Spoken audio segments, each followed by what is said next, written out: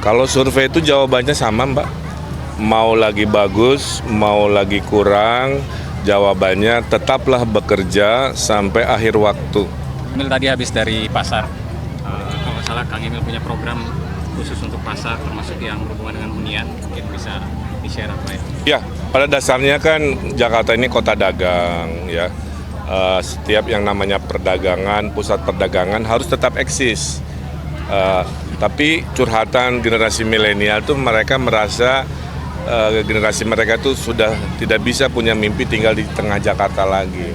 Nah, solusinya kan bisa kita cari. Salah satunya adalah pasar kita upgrade jadi lebih rapi, pasar tradisional tetap ada, cuman di atasnya dibangun hunian-hunian untuk anak-anak muda dan kelas menengah kan gitu ya. Nah, itulah tadi program yang tentunya bisa kita dorong menjadi program unggulan.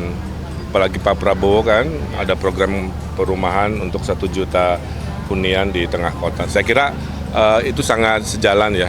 Lain-lain curhatan dari pedagang lebih persampahannya terlalu mengganggu karena dia persampahannya di tengah pasar. Kalau bisa dicari solusi-solusi engineering yang membuat mereka nyaman lah.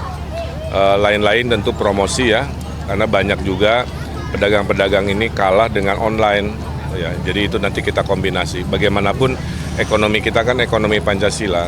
Jadi yang atas kita luaskan, yang bawah kita tinggikan, dua-duanya mendapatkan kemajuan. Saya kira itu. Emil, kemarin kan hasil survei udah keluar nih, ternyata nilai elektabilitas Emil itu menurun daripada pasangan nomor 3. Nah, dari Kang Emil sendiri ada cara gak buat mensiasati hal tersebut? Apakah akan memperbanyak agenda atau mungkin ada kayak generasi yang ingin dituju gitu untuk diperkuat? Kalau survei itu jawabannya sama, Mbak. Mau lagi bagus, mau lagi kurang, jawabannya tetaplah bekerja sampai akhir waktu. Jadi jawabannya itu aja. Misalkan besok ya ada rilis survei, surveinya bagus nih hasilnya. Jawaban saya juga sama. Saya akan terus bekerja, melakukan kegiatan sampai akhir masa kampanye. Udah itu aja. Karena metode survei juga beda-beda. Samplingnya juga beda-beda, makanya tidak pernah ada survei yang sama. Ya. Kang Emil, kalau untuk masalah pasar ini kan lahan parkir juga menjadi masalah, itu nanti ke depannya bakal seperti apa, Kang? Ya, parkir sekarang ada teknologi mekanis. Dalam 5 tahun saya akan perbanyak, jadi mekanis itu lahannya kecil tapi isinya banyak gitu ya, bertingkat. Ada di Cikini contohnya, nah itu akan saya dorong untuk ngatasin kemacetan-kemacetan dan kekurangan parkir. Oke. Soal apa namanya? Tanggapan Kang Emil aja untuk mengenai proker-proker yang mungkin ex-gubernur Jakarta belum terrealisasikan, menurut Kang Emil gimana? Semua yang baik untuk warga pasti saya dorong untuk diwujudkan ya. Tinggal mungkin berubah namanya atau anggarannya, tapi yang dibutuhkan warga pasti diwujudkan ya, karena tujuan pemimpin kan semua sama, ingin rakyatnya bahagia, ingin rakyatnya sejahtera. Oke, makasih. Kang, ini kan di survei kemarin disebutkan bahwa penurunan faktor elektabilitas Kang Emil karena berpindahan suara ke pasangan nomor sebelah, dan ada juga faktor anak abah. Nah, kalau dari Kang Emil sendiri akan melakukan evaluasi atau mulai pendekatan gitu kan buat mencari suara-suara anak abah itu? Pertanyaannya kan sama, saya bilang. Saya ulangi ya. Kalau media menyatakan survei, jawaban saya sama. Kalau hasilnya kurang menyenangkan, jawabannya adalah kerja-kerja kampanye ditingkatkan. Kalau hasilnya bagus, tidak boleh lengah, tetap kerja-kerja ditingkatkan. Kerja itu kan sama, Kang. Ada belusukan, ada sapa warga, ada main di medsos, ada menjangkau, dan lain sebagainya. Saya kira itu. Ya. Ya. Mau emok sila di sini, biar dekat sama saya. Yuk pindah sini.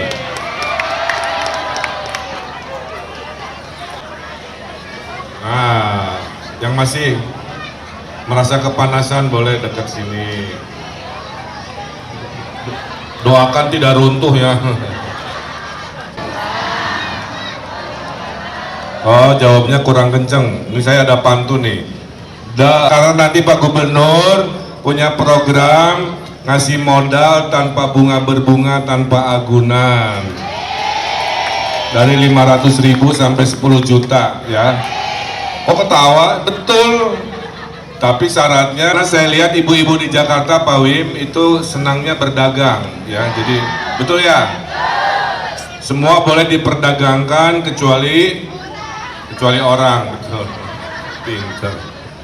Ibu, saya dalam waktu 30 hari lagi kita akan menghadapi yang namanya pemilu ya.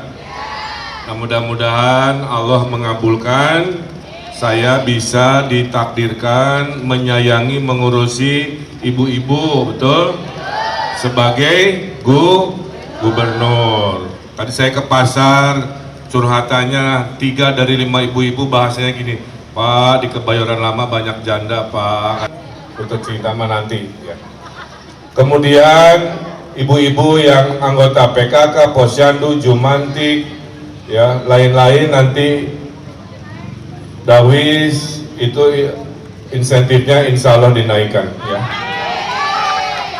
Dan tiap RW ada program untuk memperbaiki RW setahun. Tiap RW dikasih berapa? 200 juta per RW. Selama 5 tahun insya Allah 1 miliar ya. Biar RW-nya tidak kumuh, biar RW-nya bersih, betul. Biar RW-nya hijau. Kalau nggak ada duit kan nggak bisa ngapa-ngapain ya. Nah, dan yang terpenting adalah 1 tahun depan buat ibu-ibu yang anaknya sekolah di swasta karena nggak bisa ke negeri, sekolah swastanya juga nanti dibayarin oleh pemerintah Provinsi Jakarta. Nih.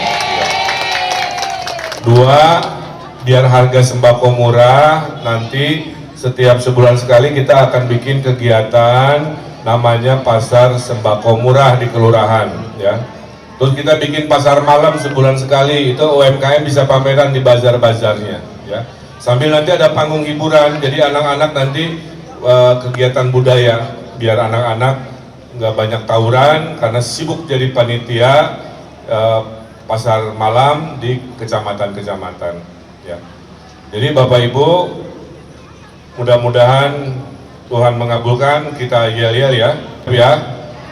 Ridho, menang, menang, menang, 1 putaran. Ridho, menang, menang, menang, 1 putaran. Terima kasih, tepuk tangan untuk kita. Jadi itu teman-teman se-RT, se-RW, sekampung ya, kasih tahu mantan-mantan pacarnya dulu ya. 1, ini ada pantunnya, beli kado isi sepatu, ke pasar baru membeli baju.